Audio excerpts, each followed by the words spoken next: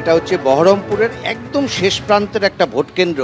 আমি ছবিটা দেখাচ্ছি। প্রথমত হচ্ছে একেবারে গলির মধ্যে একটা স্কুল। স্বাভাবিকভাবে এই স্কুলে বাড়তি নজরদারি, রাস্তায় প্রচুর মানুষের যাতায়াতের রাস্তা হচ্ছে এটা। ফলে এখানে 100 মিটারের মধ্যে একটা লক্ষণ রেখা টেনে দেওয়া হবে এবং তারপরেই কিন্তু তারপরে আর কাউকে এখানে ঢুকতে দেওয়া হবে না ভোট কেন্দ্র চালু হওয়ার পর। দ্বিতীয়ত যেটা দেখানো সেটা হচ্ছে ইতিমধ্যেই সেন্ট্রাল ফোর্স তারা কিন্তু পৌঁছে গেছেন এবং আমাদের কাছে যেটা খবর সেটা হচ্ছে সমস্ত বুথেই 4 জন করে সেন্ট্রাল ফোর্স মোতায়েন করা হবে এবং তারা থাকবেন।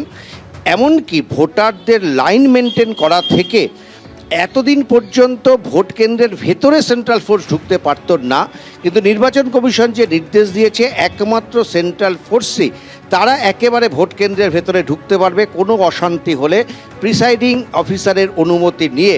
ফলে সেই ব্যবস্থাও কিন্তু করা হয়েছে, যেটা অত্যন্ত তাৎপর্যপূর্ণ। এবং আমি বলবো সন্দীপকে দেখাতে, দেখো এই যে ক্যামেরা, এই ক্যামেরা কিন্তু বলা হচ্ছে এআই নিয়ন্ত্রিত ক্যামেরা।